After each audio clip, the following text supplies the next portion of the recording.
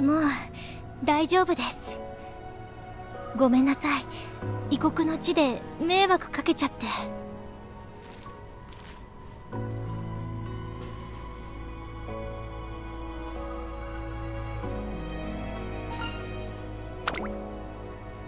はい、レースの後は特にほてって倒れてしまうことがたまにあって。ええ、そんなに頑丈じゃないんです。今回の渡航だって気づいたら少し体重が落ちていましたし。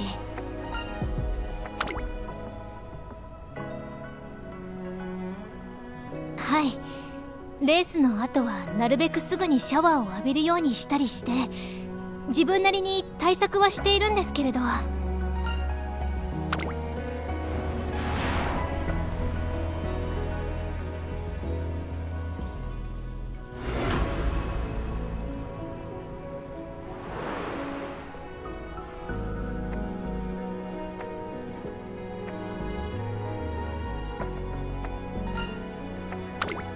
だからもっと強くなりたいんです。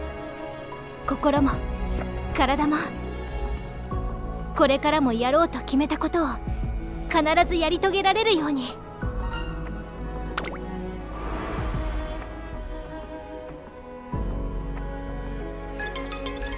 へえ、一着だったあの子いいじゃん。スプリンター志望かな。私後で声かけてみようっと。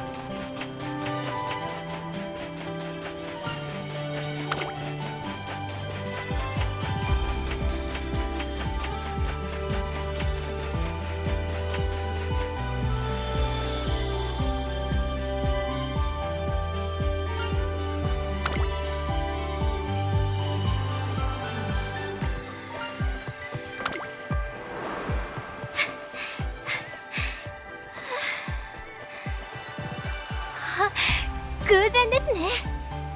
まさかこんなところで会えるなんてちょうどよかった。私今あなたにすごく会いたかったんです。ええ、たった今これを試していたところで。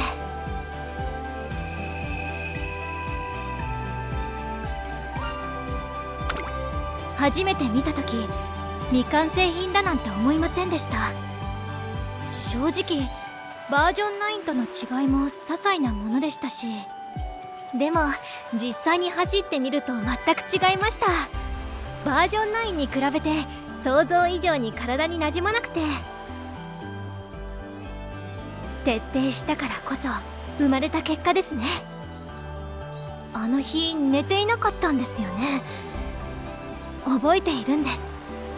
お顔が真っ青で。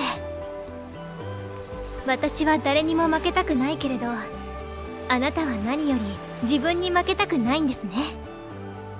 だからあなたが私のトレーナーになってくれない？妥協できない人は信頼できるわ。あなたがいればきっと私はもっと強くなれる。どう？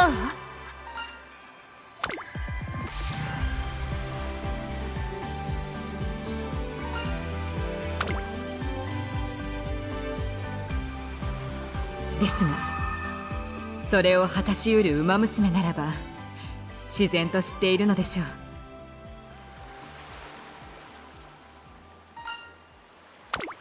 G1 発祥？そうね、誰も成し遂げたことがないものよね。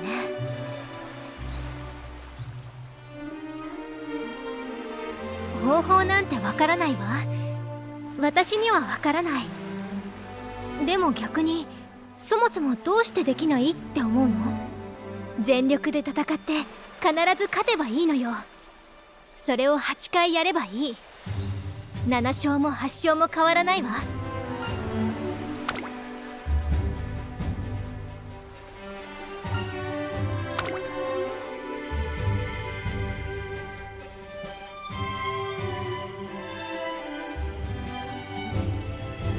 そういえば海を渡る蝶もいるって話を聞いたことがあるわ。蝶の羽は柔らかくて小さなもの。けれど海を渡れやしないだなんて誰にわかるの？きっと渡れる。どんな荒波に揉まれようと目指す場所があるのならきっと。ねえ、そうは思わない？